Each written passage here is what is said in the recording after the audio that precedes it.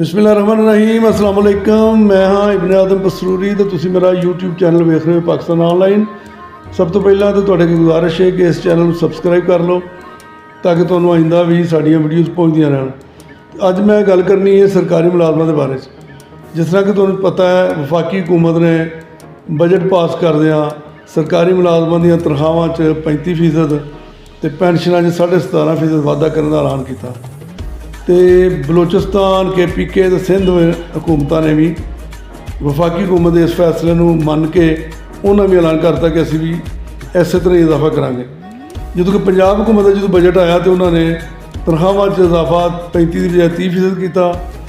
तो पेंशनरां नाल बहुत बड़ा मजाक करदिआं उन्होंने 17.5 की जगह सिर्फ 5% वाधा करने का ऐलान किया, जिहड़ा कि मैं समझना बहुत बड़ा जुल्म है और ज़्यादती है। और इस महंगाई के दौर से जो कि वैसे ही रुपये पैसे की वैल्यू अद्धी रह गई है तो लोगों के घर का खर्च नहीं पूरा होंदा, चुल्हा नहीं चलता, किराए कितों देने लोग, कितों जनाब राशन के पैसे आने ने, बिजली का बिल कितना जमा होना है, बच्चों की फीसां कितों आनियां ने, उन्होंने अपनी कोई ट्रांसपोर्ट अगर कोई मोटरसाइकिल वगैरह रखी हो तेल भी पैना है। वो बहुत बड़ा मजाक किया है पंजाब हुकूमत ने पंजाब के सरकारी मुलाजमां ते पेंशनरां दे नाल। और मैं समझना कि जी हुकूमत है पंजाब हुकूमत 18वीं तरमीम के तहत इन्हों वफाक ने बजट देना होंगे, पैसे देने होंगे, तो इन्होंने कोलों नहीं कुछ भी करना। और आए भी इलैक्शन करान सन डंग टपाऊ इनू आते हैं निगरान हुकूमत और कायम मकाम हुकूमत। तो एडा वड्डा जुल्म कर चले ने जिहदी इंतहा ने।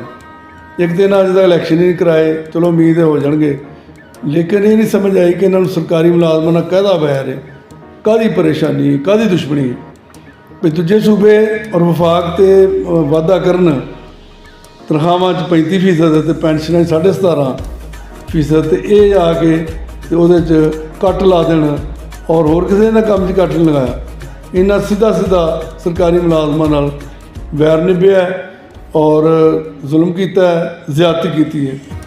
और जिहड़ा ये जुल्म ते ज़्यादती हुंदी तुहानूं पता ही नहीं पचदी बंदे। मैं ये पूछना चाहना अदब के नाल गवर्नर पंजाब नूं, वज़ीर आला पंजाब नूं, चीफ सैकटरी खजाना नूं कि एडा वड्डा जुल्म तुसीं पंजाब के मुलाजमां ते पेंशनरां नाल क्यों कीता, क्यों इन्हां दी तनख्वाहां ते पेंशनां दे विच उस तरह इजाफा नहीं किया जिस तरह कि वफाक के दूजे सूबे ने किया। और मैं इन्हां अगे रिक्वेस्ट करांगा कि यह जुल्म ना करो और खाम खा जानबूझ के अनाज का मसला ना बनाओ। और जिस तरह कि दूजे सूबे के वफाक ने मुलाजमां दी तनख्वाहां वधाइयां ने, पेंशनां वधाइयां ने, तुसीं भी उस असूल नूं अपनाओ। उम्मीद है तुहाडे कन्नां तक ये गल्लां पहुंचणगियां ते दिल च नरमी पैदा होएगी तो तुसीं कोई बेहतर फैसला करोगे। तो